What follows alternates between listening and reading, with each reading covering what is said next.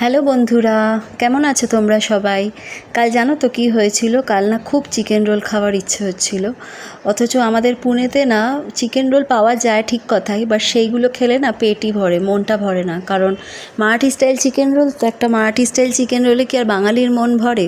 তাই অগত্যা বাড়িতেই বানাবার ডিসিশনটা নিলাম। আসো তোমাদের সঙ্গেও শেয়ার করি কিভাবে বানালাম। প্রথমে বোনলেস চিকেন নিয়েছিলাম ছোট ছোট পিস করে, তার মধ্যে নুন, হলুদ, লঙ্কার গুঁড়ো, একটু ধনে গুঁড়ো আর একটু গরম মশলা পাউডার আর লাস্টে একটু দই, এই সব দিয়ে ভালো করে মাখিয়ে নিয়েছিলাম। মাখিয়ে আধ ঘন্টা মতো ম্যারিনেটের জন্য রেখে দিয়েছিলাম। চিকেনটা রেখে দিয়েছিলাম সাইডে।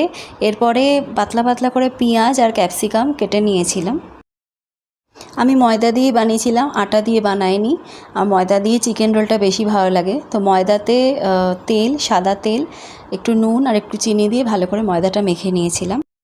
এরপরে একটা তাওয়াতে অল্প একটু তেল দিয়ে তার মধ্যে চিকেনগুলো দিয়ে দিয়েছিলাম। আঁচটা অবশ্যই কমিয়ে রেখেছিলাম যাতে চিকেনগুলো ভালো করে সেদ্ধ হয়ে যায়।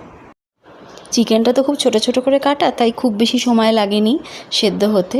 এরপর চিকেনগুলো সরিয়ে নিয়ে তাওয়াতে যে তেলটা ছিল তার মধ্যেই কাটা পেঁয়াজ আর ক্যাপসিকামটাকে দিয়ে একটু ভাজা ভাজা করে নিয়েছিলাম।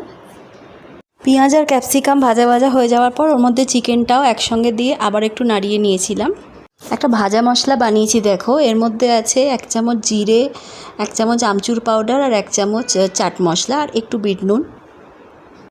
এরপরে পরোটাটা ভালো করে সেঁকে ভেজে তার মধ্যে চিকেনের পুর, একটু কাঁচা পেঁয়াজ, কাঁচা লঙ্কা, সস আর ভাজা মশলাটা দিয়ে রেডি হয়ে গেল আমাদের হোমমেড চিকেন রোল।